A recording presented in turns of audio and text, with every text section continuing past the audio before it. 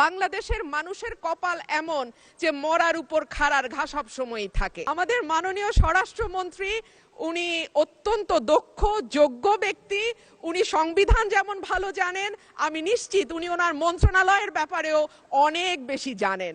সে কারণেই একেবারে সম্পূরক প্রশ্ন ঠিক ওই মূল প্রশ্নের আঙ্গিকে না হলেও আমি মাননীয় স্বরাষ্ট্রমন্ত্রীর দৃষ্টি আকর্ষণ করে বলছি, বাংলাদেশের মানুষের কপাল এমন যে মরার উপর খাড়ার ঘা সব সময়ই থাকে। দীর্ঘ 15 বছর গুম, বিচার বহির্ভূত হত্যা, হেফাজতে নির্যাতন, নেতাকর্মীদের ধরে নিয়ে গিয়ে পা ভেঙে ফেলা, অসুস্থ করে দেওয়া, এই কালচার ছিল। এরপরে অন্তর্বর্তীকালীন সরকারের সময় মাননীয় স্পিকার আমরা দেখলাম মব কালচার। 2024-এর সেপ্টেম্বর থেকে 2026-এর জানুয়ারি পর্যন্ত মাননীয় স্পিকার আমাদের যেই পরিসংখ্যান সেটা বলছে যে 250-300-র উপরে মানুষ নিহত হয়েছে এই মবের খপ্পরে পড়ে। আমার মাননীয় স্বরাষ্ট্রমন্ত্রীর কাছে প্রশ্ন, যেহেতু একটা খারাপ কালচার বাংলাদেশে শুরু হয়েছে এবং আমি নিজেও 21শে ফেব্রুয়ারি সেটার একজন ভুক্তভোগী, 200-র বেশি সার্ভিস ও ফিচারে লেনদেনের সব বিকাশ অ্যাপে সম্ভব। সেটা বন্ধ করার ব্যাপারে সরকার কি মেজার নেবে এবং স্বরাষ্ট্রমন্ত্রী এই ব্যাপারে কি কি পদক্ষেপ নেবেন? ধন্যবাদ। ধন্যবাদ মাননীয় সদস্য। মাননীয় মন্ত্রী। মাননীয় স্পিকার, আপনাকে ধন্যবাদ। মাননীয় সদস্যকেও অনেক বেশি ধন্যবাদ দিচ্ছি। এই মব কালচারের ইস্যুটি একটা ডিফারেন্ট ডিবেট, আলাদা ডিবেট হতে পারত। যত পরিসংখ্যান তিনি দিয়েছেন 24-এর 5ই আগস্টের পর থেকে এই 26-এর জানুয়ারি পর্যন্ত, সে পরিসংখ্যানটা আমার কাছে নাই। তবে আমাদের কাছে অনুমান আছে। আমরা সরকারের দায়িত্ব পেয়েছি, আমি এটা ক্ষমতা বলতে চাই না, আমরা এই রেসপন্সিবিলিটিটা পেয়েছি। এই দায়িত্ব নেওয়ার পর থেকে আজকে আমরা প্রায় 45 দিনও এখনো হয় নাই, 1.5 মাস হয় নাই।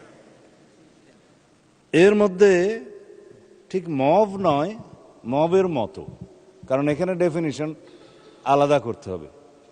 কোনটা গাইবান্ধার পলাশবাড়িতে থানায় গিয়ে হামলা, সেটা কি মব হবে?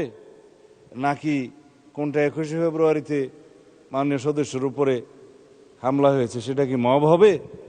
নাকি উত্তরা একটা বিজনেস সেন্টার, উত্তরা স্কোয়ার সম্ভবত নাম, সেখানে ঘেরাও করে দোকানপাট ভঙ্গ করেছে, সেটা কি মব হবে? সব কিছুকে মব বলা ঠিক হবে না। কিছু আছে সংগঠিত পরিকল্পিত অপরাধ, তার বিরুদ্ধে মামলা হয় এবং সেটা তদন্ত হয়, গ্রেফতার হয় এবং বিচারের জন্য সুপর্দ করা হয়।